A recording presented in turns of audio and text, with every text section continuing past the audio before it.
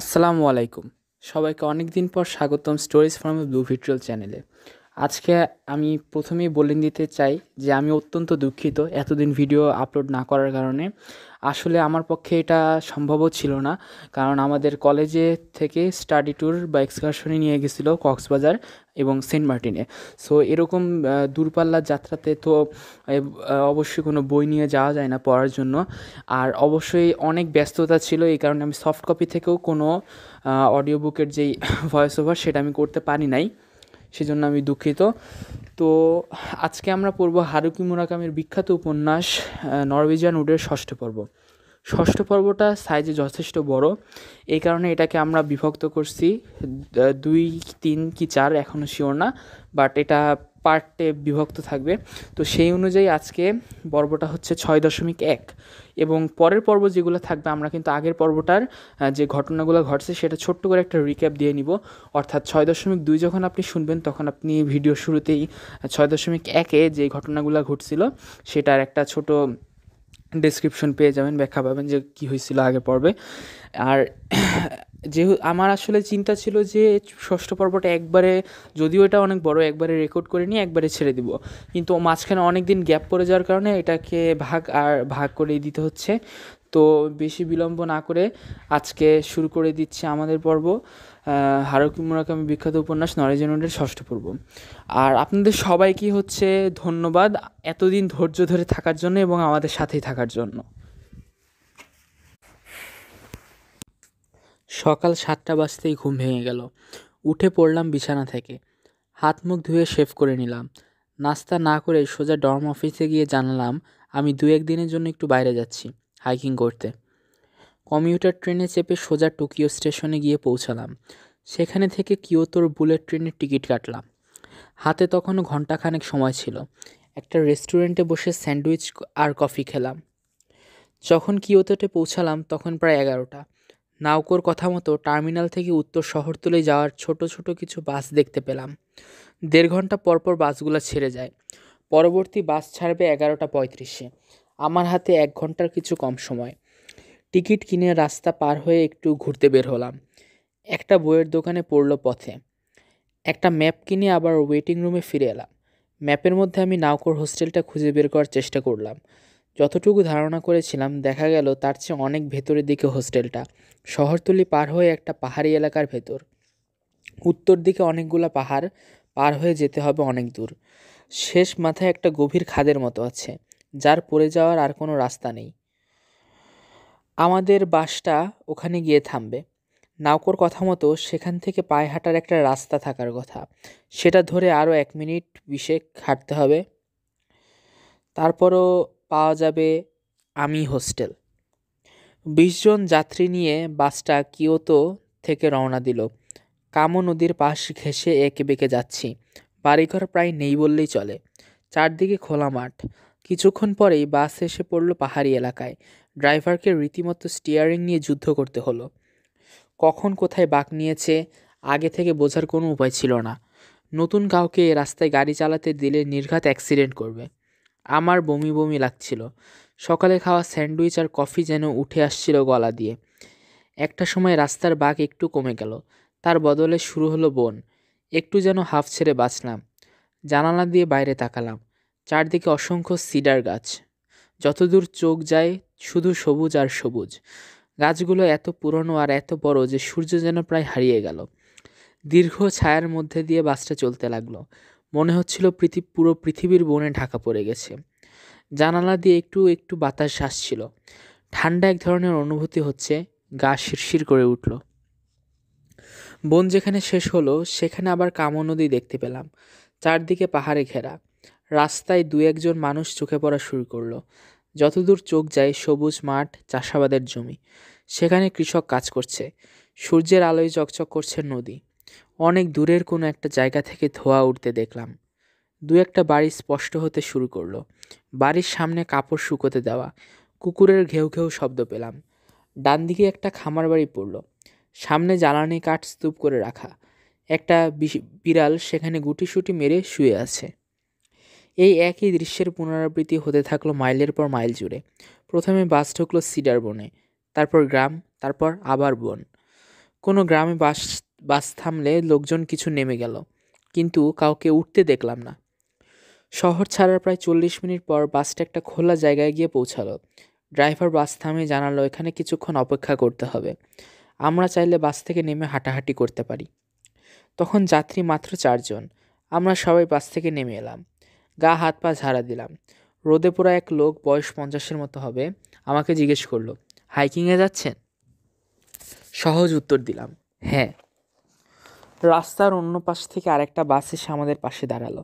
Driver নেমে এসে আমাদের ড্রাইভারের সঙ্গে কথা বলল। তারপর আমরা যার বাসে উঠে পড়ে গেলাম। বাস দুটো নিজেদের বিপরীত রাস্তা ধরে যে যার রাস্তায় চলতে শুরু করে দিল। এবার বুঝতে পারলাম আমাদের বাসটা রাস্তার মধ্যে দাঁড়িয়ে আছে কেন। রাস্তায় ক্রমশ শুরু হয়ে আসছিল। পাশাপাশি দুটো বাস একটা আরেকটাকে ক্রস করা এখানে অসম্ভব। এমনকি একটা ছোট প্রাইভেট কারকেও বোধহয় সাইড দেওয়া যাবে না। তাই আমাদের কিছুক্ষণ অপেক্ষা করতে হয়েছিল, যেন ওপাশ থেকে এই সময়ে যে বাসটা আসার কথা সেটা আগে চলে যায়। আমাদের বাসটা পাহাড়ের একেবারে খাড়া দেয়াল ঘেঁষে যাচ্ছিল। কিছুক্ষণ পর রাস্তা একটু চওড়া হলো। দূরে আবার গ্রাম দেখতে পেলাম। এবারের গ্রামগুলো ছোট ছোট, চাষাবাদের জমিও বেশ কম। আমি যেখানে নামলাম সেখানে কিছুই নেই। কোনো ঘর নেই, বাড়ি নেই, কোনো মাঠ নেই, শুধু একটা সাইনবোর্ড ঝুলছে, সেখানে লেখা বাস স্টপ। ব্যাগটা কাঁধে ঝুলিয়ে রাস্তা ধরে হাঁটতে শুরু করলাম। নদীর পাড় ধরে হাঁটছিলাম। ডান দিকে বন। বনের ভেতর থেকে মাঝে মধ্যে পাখির ডানা ঝাপটানোর আওয়াজ আসছে। শব্দটা এত স্পষ্ট যে মনে হচ্ছিল ওরা খুব কাছেই। একবার অনেক দূর থেকে আসা একটা রাইফেলের গুলির শব্দ পেলাম। দূর থেকে আসায় শব্দটা ভোঁতা শোনালো, যেন অনেক বাধা পের হয়ে আমার কানে এসে পৌঁছেছে। মিনিট 15 হাঁটার পর এমন একটা রাস্তায় গিয়ে পৌঁছালাম যেখানে দিয়ে একটা গাড়ি ভেতরে ঢুকতে পারে। শেষ মাথায় সাইনবোর্ড লাগানো ছিল, আমি হোস্টেল, ব্যক্তিগত সম্পত্তি, প্রবেশ নিষেধ। বনের ভেতর দিয়ে গিয়ে সাদা একটা পাথুরে দেয়ালের সামনে পৌঁছলাম। দেয়ালের উচ্চতা প্রায় আমার সমান। লোহার গেট, কালো রং করা, যথেষ্ট মজবুত, অথচ হা করে খোলা। ভেতরে ঢুকলাম। কাউকে পাহারা দিতে দেখা গেল না।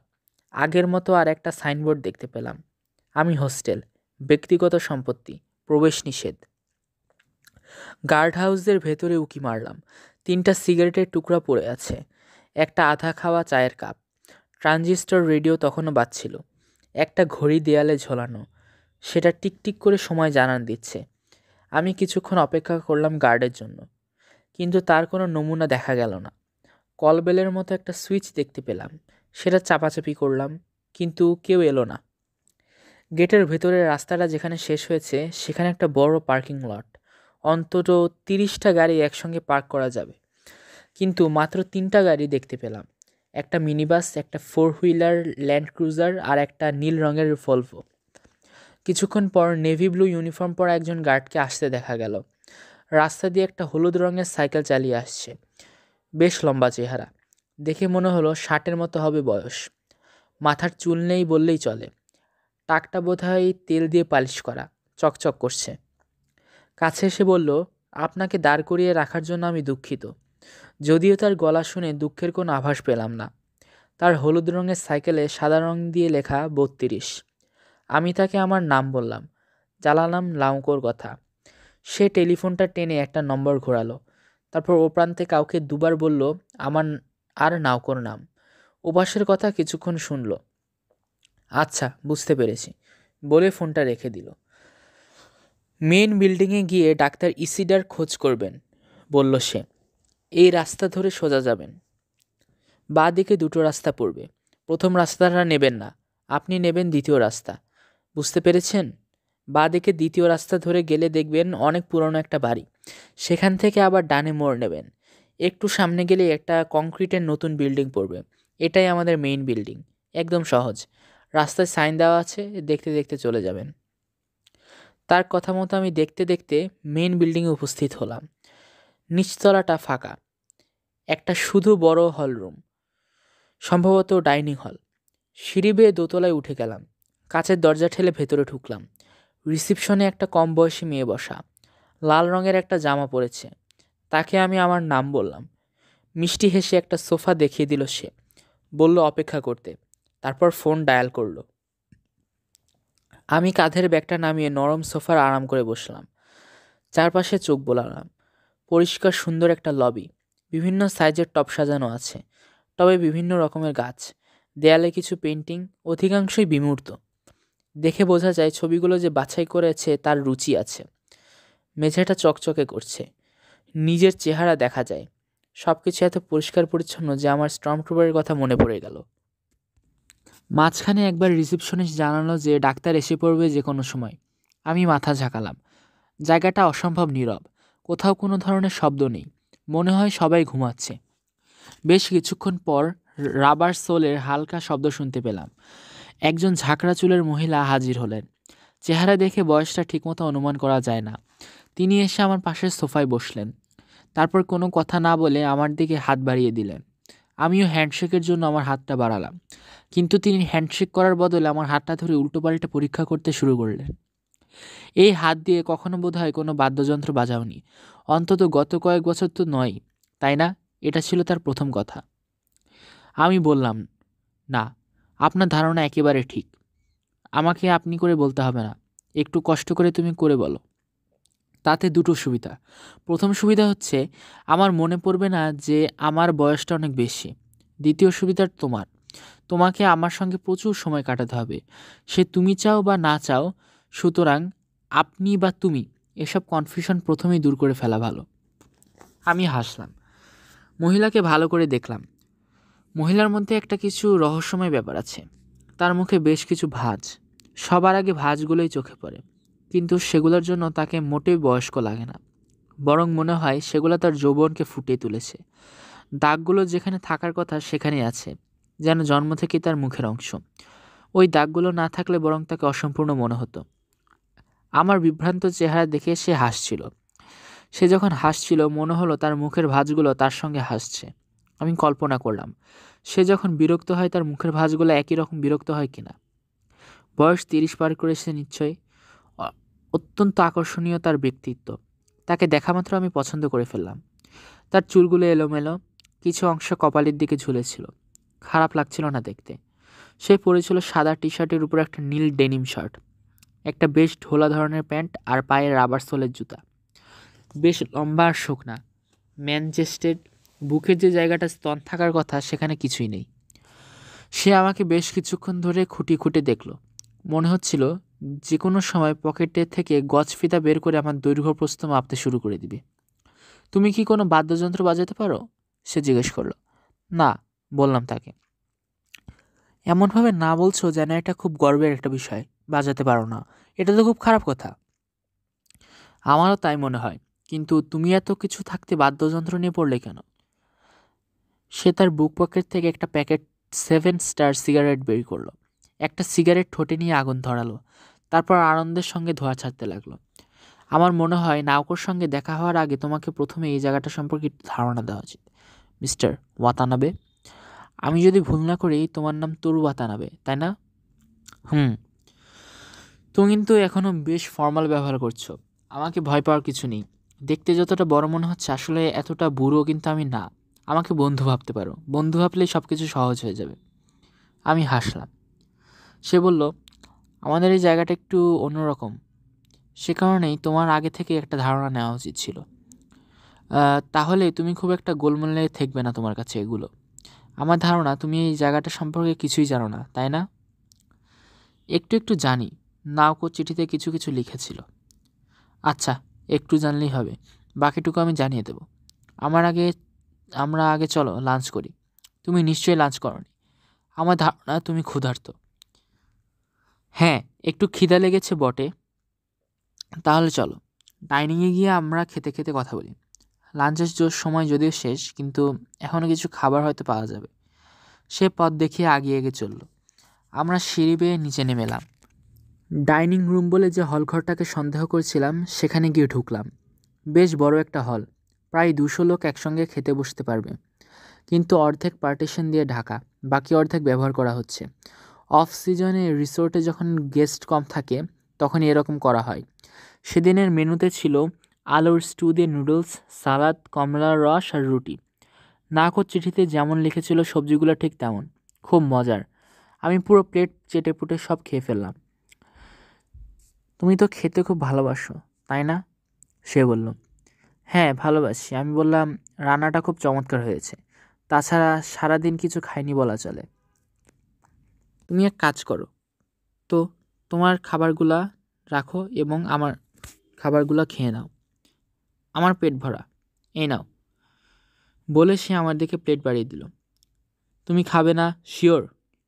আমার পেটে জায়গা অনেক কম, বেশি খেতে পারি না। সিগারেট খেয়ে খেয়ে পেটটা ভরে রাখি তো, পেটে ভালো খাবার ঢুকতে চায় না। বলে সে আর একটা সিগারেট ধরালো।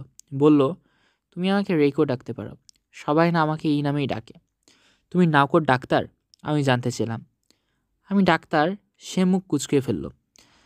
তোমার কেন মনে হলো যে আমি ডাক্তার? গেট থেকে যে আমাকে বলল ডাক্তার ইসিডার সঙ্গে কথা বলতে। ও আচ্ছা, বুঝতে পেরেছি। সেরকম কিছু না, আমি এখানে মিউজিক শেখাই। মিউজিক হচ্ছে এমন একটা ব্যাপার যেটা রোগীদের থেরাপির মতো কাজ করতে পারে। কেউ কেউ আমাকে বলে মিউজিকের ডাক্তার, আবার কেউ বলে ডাক্তার ইসিডা। পুরো নাম রেইকো ইসিডা। কিন্তু আমি আসলে কোনো ডাক্তার ফাক্তার না। আমিও বাকি সবার মতো একজন রোগী। এখানে 7 বছর ধরে আছি। রোগী হিসাবে এখানে এসেছিলাম একদিন। এখন মিউজিকে শেখাই আর অফিসে কাজ করি। এক ধরনের স্টাফ কাম রোগী বলতে পারো।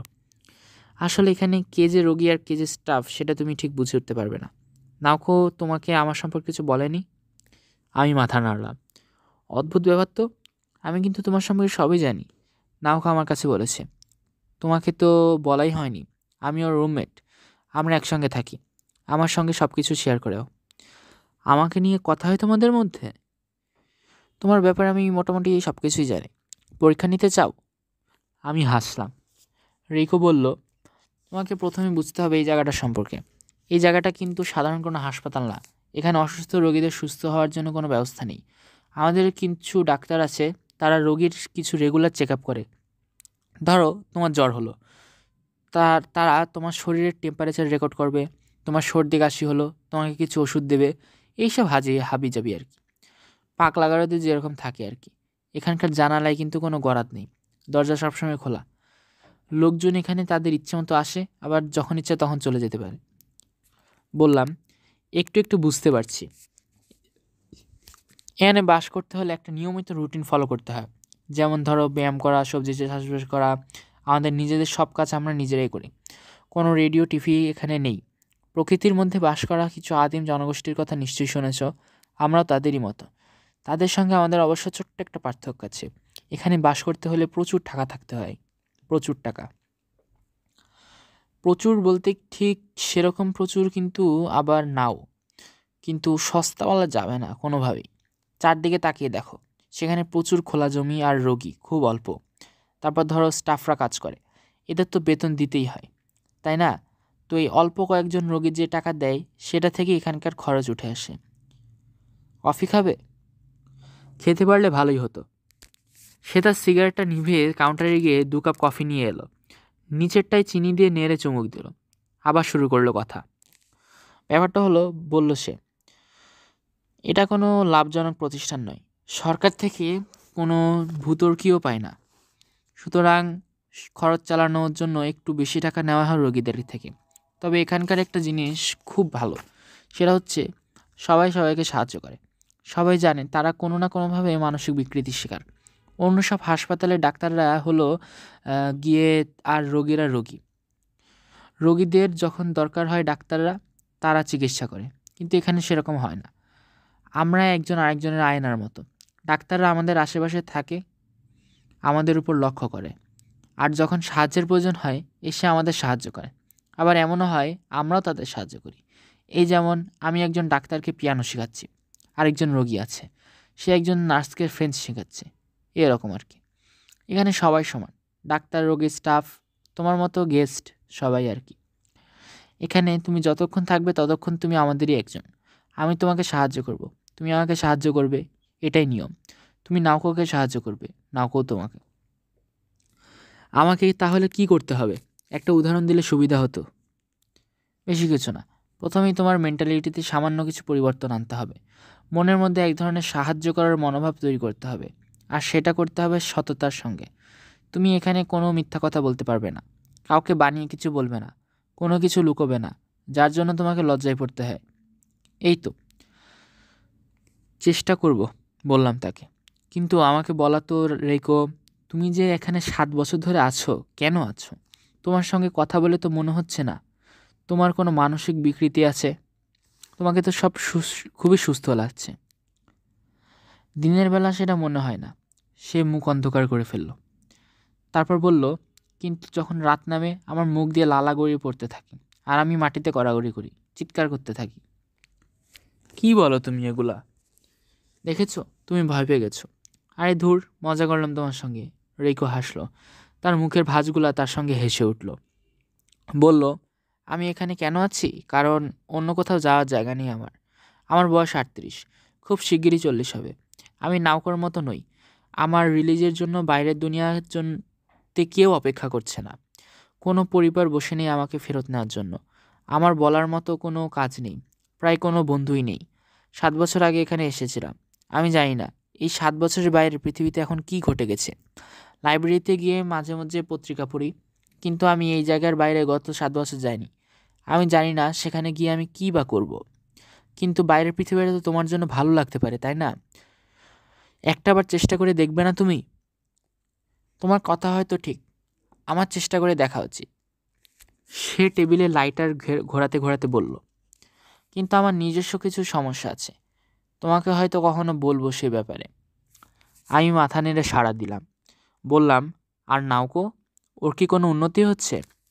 বেশ উন্নতি হচ্ছে।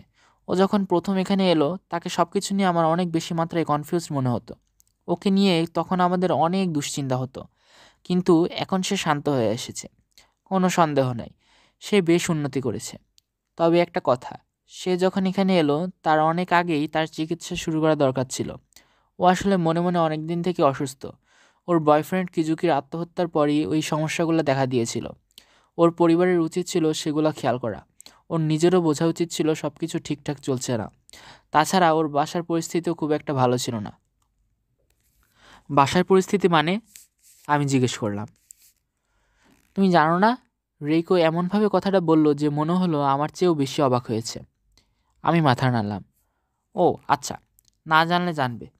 নাওকো হয়তো নিজেই তোমাকে বলবে। ও তোমার সঙ্গে খুব জরুরি কিছু কথা বলবে, এজন্য মনে মনে প্রস্তুত হচ্ছে। কথাগুলো বলে রেইকো সিগারেটে লম্বা একটা টান দিয়ে কফিতে চুমুক দিল। আরেকটা জিনিস তোমার জন্য জানা দরকার, বলল সে। এখানে তুমি নাওকোর সঙ্গে একা একা কথা বলতে পারবে না। সবসময় একজন তৃতীয় ব্যক্তিকে উপস্থিত থাকতে হবে। এই তৃতীয় ব্যক্তি হলাম গিয়ে আমি। তোমার কাছে আগেই দুঃখ প্রকাশ করে নিচ্ছি, আমার এই অত্যাচার তোমাদের দুজনের সহ্য করতে হবে। এটাই এখানকার নিয়ম, কিছু করার নেই। কোনো সমস্যা নেই, হেসে বললাম। তোমরা নিজেদের মধ্যে যে কোনো কিছু নিয়ে কথা বলতে পারো। কথা বলার সময় ভুলে যেতে হবে আমি আশেপাশে আছি। আমার কাছে লজ্জার কিছু নেই। তোমার আর নাওকো সম্পর্কে আমি প্রায় সব কিছুই জানি। সব কিছুই? মোটামুটি। এখানে আমরা গ্রুপ ডিসকাশন করি, সেখানে একজন তার নিজের সব কিছু শেয়ার করে। এভাবে আমরা একজন আরেকজনের সব কথা জেনে যাই। আমাদের মধ্যে কোনো গোপনীয়তা নেই। তুমি যখন জানোই তখন তোমার সঙ্গে গোপন করব না। আমি আসলে ঠিক বুঝতে পারছি না সেদিন রাতে নাওকোর সঙ্গে আমার যেটা হয়েছিল সেটা আমি ভুল করেছি কিনা, সেটা কোনোভাবে তাকে আঘাত করেছি কিনা। আমি এটা নিয়ে অনেক ভেবেছি, কিন্তু কিছুই বুঝে উঠতে পারিনি। মনে হয় না কোনো ভুল করেছো। আর যদি ভুল করেই থাকো, তোমাদের দুজনকে কথা বলে এটা খুঁজে বের করতে হবে। তোমাদের দুজনকে মিলে সেটাকে ঠিক করে নিতে হবে। আমি মাথা ঝাঁকালাম। আমরা তিনজনের একটা টিম হয়ে কাজ করব। আমরা সবাই সবাইকে সাহায্য করব। তুমি নাওকোকে আর আমি তোমাকে। যদি আমরা সবাই মন থেকে চাই আর আমরা যদি অনেস্ট থাকি তাহলে সব কিছু ঠিকঠাক হবে। ওহ, জানাই তো হলো না, তুমি কতদিন থাকছো? পরশু সন্ধ্যার আগে আমাকে টোকিও ফিরে যেতে হবে। আমার বৃহস্পতিবার জার্মান পরীক্ষা আছে। ওকে, তুমি আমাদের সঙ্গে থাকতে পারো, তাহলে আর তোমার আলাদা কোনো খরচ হবে না। আমাদের সঙ্গে আমাদের অ্যাপার্টমেন্টেই থাকবে। এতে একটা সুবিধা হবে, যখন তুমি নাওকোর সঙ্গে কথা বলতে পারবে যখন তখন। তোমাদের সঙ্গে মানে? আমাদের অ্যাপার্টমেন্টে আমাদের রান্নাঘর, বেডরুম, লিভিং রুম সব আছে। লিভিং রুমে একটা সোফা আছে, যেটাকে প্রয়োজনে বিছানার মতো খুলে দেওয়া যায়। তুমি সেই সোফা কাম বেডে আরাম করে ঘুমাতে পারবে। হাসপাতালে এরকম একসঙ্গে থাকার অনুমতি দেয়? তাকে জিজ্ঞেস করলাম আমি। এরকম মেয়েদের রুমে একজন পুরুষ গেস্ট। প্রথম কথা, তুমি আবারও ভুল করছো। এটা কোনো হাসপাতাল না দ্বিতীয় কথা, আমি বিশ্বাস করে নিচ্ছি মাঝরাতে ঘুম থেকে উঠে তুমি আমাদের রেপ করার চেষ্টা করবে না। এত বাজে কথা বলো না তুমি। আচ্ছা, আর বলবো না, তুমি আমাদের সঙ্গেই থাকো। আমরা মজা করবো আর অনেক কথা বলবো, এটাই সবচেয়ে ভালো হবে। আমি তোমাকে রাতে গিটার বাজিয়ে শোনাবো, আমি অনেক ভালো বাজাই। তুমি কি শিওর আমি থাকলে কোনো ঝামেলা হবে না? রেকো তার ঠোঁট বাঁকিয়ে তৃতীয় সিগারেটটা ধরালো, বলল, নাওকো আর আমি এ নিয়ে কথা বলেছি। আমরা দুজনেই চাই তুমি আমাদের সঙ্গে থাকবে। তোমাকে আমরা ইনভাইট করেছি। তোমার কি মনে হয় না আমাদের আমন্ত্রণ তোমার ভদ্রভাবে গ্রহণ করা উচিত? অবশ্যই, আমি খুবই খুশি মনে গ্রহণ করছি, বললাম আমি। তুমি একজন ভালো মানুষ, তোমার দিকে তাকিয়ে আমি এটা পড়ে ফেলেছি। এখানে 7 বছর কাটানোর পর আমি মানুষ পড়তে পারি যারা মন খুলে কথা বলতে পারে। তুমি তাদের একজন। হয়তো তুমি কখনো মন খুলে কথা বলো না, কিন্তু চাইলেই এই কাজটা তুমি করতে পারো। মন খুলে কথা বললে কি হয়? এর সুবিধাটা কি একটু শুনি। আত্মার উন্নতি হয়। কথা বলতে বলতে তার সিগারেট থেকে ছাই পড়ল টেবিলে। সে পাত্তাও দিল না। রেকো আর আমি মেইন বিল্ডিং থেকে বেরিয়ে হাঁটতে শুরু করলাম। একটা পাহাড় পার হলাম, একটা সুইমিং পুল পাশ কাটালাম, সামনে পরপর কয়েকটা টেনিস কোর্ট আর বাস্কেটবল কোর্ট। টেনিস কোর্টে দুজন খেলছিল, একজন চিকন মধ্যবয়স্ক আর একজন তরুণ এবং গাট্টাগোট্টা। দুজনেই ভালো খেলছিল, কিন্তু আমার কাছে কেন যেন মনে হলো তারা ঠিক টেনিস খেলছে না, বরং বলে আঘাত করার পর বলটা কী করে মাটিতে পড়ে এবং সেখান থেকে লাফিয়ে ওঠে সেটাই পরীক্ষা করছে। অদ্ভুত মনোযোগের সঙ্গে একজন আরেকজনের দিকে বল পাঠাচ্ছিল। দুজনেই ঘেমে গোসল। সামনে এগোতেই ছোট একটা বন পেলাম। গা ঘেঁষে 15-20টার মতো কটেজ দাঁড়িয়ে আছে, একটার পর একটা। প্রতিটা কটেজের সামনেই একটা করে সাইকেল, হলুদ রঙের, সাদা রঙের একটা করে সংখ্যা লেখা সব সাইকেলেই। হাঁটতে হাঁটতে রেইকো আবার কথা বলতে শুরু করলো। স্টাফ আর তাদের পরিবার এগোতে থাকে। সে বলল, আমাদের যা যা দরকার সব কিছু এখানে আছে, শহরে যাওয়ার প্রয়োজন পড়ে না। আমি আগেই বলেছি খাবারের ব্যাপারে আমরা মোটামুটি স্বয়ংসম্পূর্ণ, নিজেরাই সবজি চাষ করি। এখানে ফার্ম আছে, আমাদের নিজেদের মুরগি আছে, সেই মুরগি থেকে ডিম পাই। বইপত্র, গানের রেকর্ডের ব্যবস্থা আছে। টুকটাক প্রয়োজন হলে ছোট দোকান আছে। প্রতি সপ্তাহে একদিন নাপিত আর বিউটিশিয়ান আসে। ছুটির দিন আমরা সিনেমা পর্যন্ত দেখি। তারপরে যদি আমাদের বেশ কিছু প্রয়োজন হয় তাহলে স্টাফদের কাউকে বলি, তারা শহর থেকে এনে দেয়। ক্যাটালগ দেখে জামা কাপড় অর্ডার করতে পারি শহর থেকে। এখানে বাস করা তেমন কোনো সমস্যাই না। তোমরা কি একেবারেই শহরে যেতে পারো না? জানতে চাইলাম আমি। পারি। ধরো আমার দাঁতে কোনো একটা সমস্যা হলো, এখানে ডেন্টিস্ট নেই, তখন শহরে গিয়ে দাঁতের ডাক্তার দেখিয়ে আসতে হয়। কিন্তু এটুকুই। এমনি এমনি তোমার ইচ্ছা হলো আর তুমি শহরে গিয়ে নেচে গিয়ে আসবে, সেটা হবে না। তুমি চাইলে যে কোনো সময় এখান থেকে চলে যেতে পারো, কিন্তু একবার যদি তুমি চলে যাও তাহলে আর ফিরে আসতে পারবে না। বন যেখানে শেষ হলো সেখান থেকে একটা ঢালু জায়গা শুরু হয়েছে। ঢালের শেষে সারি বেঁধে অনেকগুলো দোতলা কাঠের বাড়ি দাঁড়িয়ে আছে। বাড়িগুলো দেখলেই মনে হয় কি যেন একটা অস্বাভাবিক ব্যাপার আছে ওখানে, অনুভব করা যায়। প্রতিটা বাড়ি একই সাইজের, একটা চতুর্ভুজের মতো, একই ধরনের রং করা, বড় বড় দরজা আর প্রচুর জানালা। প্রতিটা বাড়ির সামনে একটা করে স্ট্রবেরি গাছ দাঁড়িয়ে আছে। কোথাও কোনো মানুষ নেই, সবগুলো জানালায় পর্দা টানানো। রাস্তাটা এই বাড়িগুলোর ভেতর দিয়ে সাপের মতো এঁকে বেঁকে যাচ্ছিল। মনে হচ্ছিল এখানে ড্রাইভিং স্কুলের ট্রেনিং কারগুলা প্র্যাকটিস করানো হয়। রেইকো বলল, এই জায়গাটার নাম এরিয়া সি। শুধু মেয়েরা থাকতে পারে এখানে। 10টা বাড়ি আছে, প্রতিটি 4টা করে ইউনিট। প্রতিটি ইউনিটে 2জন করে থাকে। তার মানে হলো একসঙ্গে 80 জন থাকতে পারবে। এখানে অবশ্য আছে মাত্র 32 জন। খুবই নীরব জায়গা, তাই না? প্রশ্ন করলাম আমি। সব সময় নীরব থাকে না। এখন দুপুর তো, দুপুরে এখানে কেউ থাকে না, তাই নীরব। এখন যে যার রুটিনে কাজ নিয়ে ব্যস্ত। কেউ হয়তো ব্যায়াম করছে, কেউ বাগান করছে, কেউ গ্রুপ ডিসকাশন করছে, আবার কেউ জংলি লতাপাতা সংগ্রহ করছে। সবার কাজ রুটিন করা। নাওকো এখন কি করছে বলে তোমার ধারণা? কোনো ধারণা নেই। আমার মনে হয় সে এখানে দেয়াল রং করছে অথবা ওয়ালপেপার লাগাচ্ছে। এই কাজ চলবে বিকাল 5টা পর্যন্ত। রেইকো যে বাড়িতে ঢুকলো সেটাই লেখা C7। আমরা করিডোরের শেষ মাথায় চলে গেলাম। সিঁড়ি বেয়ে দোতলায় উঠলাম। 2টো দরজা। ডান দিকের দরজা দিয়ে সে ঢুকলো, আমি পেছনে। সে আমাকে অ্যাপার্টমেন্টটা ঘুরিয়ে দেখালো। মোট 4টা রুম, লিভিং রুম, বেডরুম, একটা ছোট্ট রান্নাঘর, একটা বাথরুম। একদম সাধারণ, কিন্তু পরিপাটি এবং গোছানো। অতিরিক্ত কোনো আসবাব নেই। জায়গাটা তেমন একটা বড় না। লিভিং রুমে একটা সোফা, এটাকে সম্ভবত খাট বানানো হবে। একটা টেবিল আর রকিং চেয়ারও আছে। রান্নাঘরে আর একটা টেবিল। 2 ঘরের 2 টেবিলে 2টো বড় বড় অ্যাশট্রে।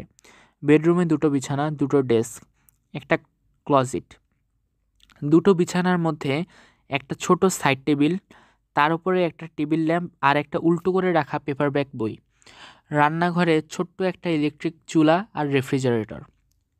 রেকো একটা সিগারেট ধরিয়ে বলল, এখানে কিন্তু কোনো বাথটাব নেই, শুধু শাওয়ার। সমস্যা হবে না তো তোমার? বললাম, না। কিসের সমস্যা? বাথরুম যে আছে সেটাই বেশি। আমি যে ডর্মে থাকি সেখানে তো প্রায় আধা মাইল হেঁটে গিয়ে গোসল করে আসতে হয়। সে তুলনায় এটা তো রীতিমতো স্বর্গ। সোফাটা সামনের দিকে ধরেই রেকো টান দিল। সেটা বিছানার মতো খুলে গেল। বলল, তোমার বিছানা, আমরা বেডরুমে ঘুমাবো, তুমি এখানে ঘুমাবে। কোনো সমস্যা হবে না আশা করি। একদমই না। তাহলে আমি এখন যাই, 5টার দিকে ফেরত আসবো। নাওকো আর আমরা দুজনেই ততক্ষণ পর্যন্ত কাজ আছে। একা থাকতে কোনো সমস্যা নেই তো? না, আমাকে নিয়ে টেনশন করো না। আমি না হয় কিছু পড়াশোনা করে সময় কাটাবো। তোমাকে তো বলেছি বৃহস্পতিবার আমার জার্মান পরীক্ষা আছে। ক্লাস নোট সঙ্গে করে নিয়ে এসেছি, বসে বসে পড়ব। Good bye. রেগো চলে গেল। আমি সোফায় শুয়ে চোখ দুটো বন্ধ করে ফেললাম। পৃথিবীর কোথাও কোনো শব্দ নেই, পাখিও ডাকছে না। কোথা থেকে আমার মনে যেন ফিরে আসতে লাগলো পুরনো সব কথা। আমি আর কিজোকি একবার মোটর সাইকেলে চেপে ঘুরতে বেরিয়েছিলাম। সেদিনও ছিল এমনই এক শরতের দিন। রোদে ঝিলমিল করছিল। কত বছর আগে হবে সেটা, 4 কি 5 বছর, কিন্তু দিনটা ঠিক স্পষ্ট মনে পড়ল না। আবার হঠাৎ করে মনে পড়ে গেল, কিজুকি বাইক চালাচ্ছিল, আমি ছিলাম পেছনে বসা। কিজুকি যে চামড়ার জ্যাকেটে পরেছিল সেটার গন্ধ যেন নাকে এসে লাগলো। লাল রঙের একটা ইয়াহামা বাইক, 125 সিসি। সেটা থেকে বিচ্ছিরি ভটভট করে শব্দ বের হচ্ছিল। আমরা উপকূল পর্যন্ত গেলাম, তারপর আবার সন্ধ্যার মধ্যে ফিরে এসেছিলাম। একেবারে কাহিল হয়ে পড়েছিলাম সেদিন। বলার মতো কিছু ঘটেনি, কিন্তু সেই দিনটার কথা আমার স্পষ্ট মনে আছে। আমাদের কানের পাশে হু হু করে বাতাস বয়ে যাচ্ছিল। পেছন থেকে কিজুকির জ্যাকেট ধরে বসে আমি আকাশের দিকে তাকিয়েছিলাম। অনেকক্ষণ ধরে শুয়ে রইলাম। একটার পর একটা স্মৃতি আমার মনে পড়ল। কোনো এক অদ্ভুত কারণে এমন কিছু পুরনো স্মৃতি আমার মনে ফিরে এলো, যেগুলো আমি প্রায় ভুলতে বসেছিলাম। এর মধ্যে কিছু আনন্দের স্মৃতি আর কিছু দুঃখের। কতক্ষণ এমন চলল ঠিক বলতে পারবো না। আমি স্মৃতির নদীতে এমনই ডুব দিয়েছিলাম যে খেয়ালই করিনি কখন নাওকো এসে নিঃশব্দে আমার পাশে এসে বসেছে। চোখ খুলে দেখে নাওকো সোফার হাতলে বসে আমার দিকে তাকিয়ে আছে। প্রথমে মনে হলো স্মৃতির কোনো দৃশ্য, কিন্তু না, সে ছিল রক্ত মাংসের মানুষ। আপনারা শুনছিলেন নরওয়েজিয়ান উডের 6ষ্ঠ পর্বের প্রথম অংশ, অর্থাৎ 6.1। তো ভিডিওটা আপনাদের কেমন লাগলো সেটা অবশ্যই কমেন্টে জানাবেন, এবং একটু ধৈর্য ধারণ করবেন, কারণ 6ষ্ঠ পর্বটা অনেক বড়। তো এটা পার্টে পার্টে আমরা আপলোড করব, এবং এতটা দিন চলে যাওয়ার পরেও আপনারা আমাদের সঙ্গে থাকার জন্য আমি অত্যন্ত ধন্যবাদ আপনাদের সবাইকে। আর আশা করি আপনারা এভাবেই আমাদের সাথে থাকবেন, এবং আমি অন্তত এখন আশা দিতে পারি যে আমাদের ভিডিও দিতে লেট হলেও আমরা কখনো চ্যানেলটা ক্লোজ করব না, বা একেবারেই দেওয়া বন্ধ করে দেওয়া সেটা হবে না আর কি। এই আশাটুকু দিতে পারি আপনাদের সবাইকে। সো কমেন্ট অবশ্যই জানাবেন আপনাদের কেমন লাগছে। আর এটাই, সবাইকে খোদা হাফেজ।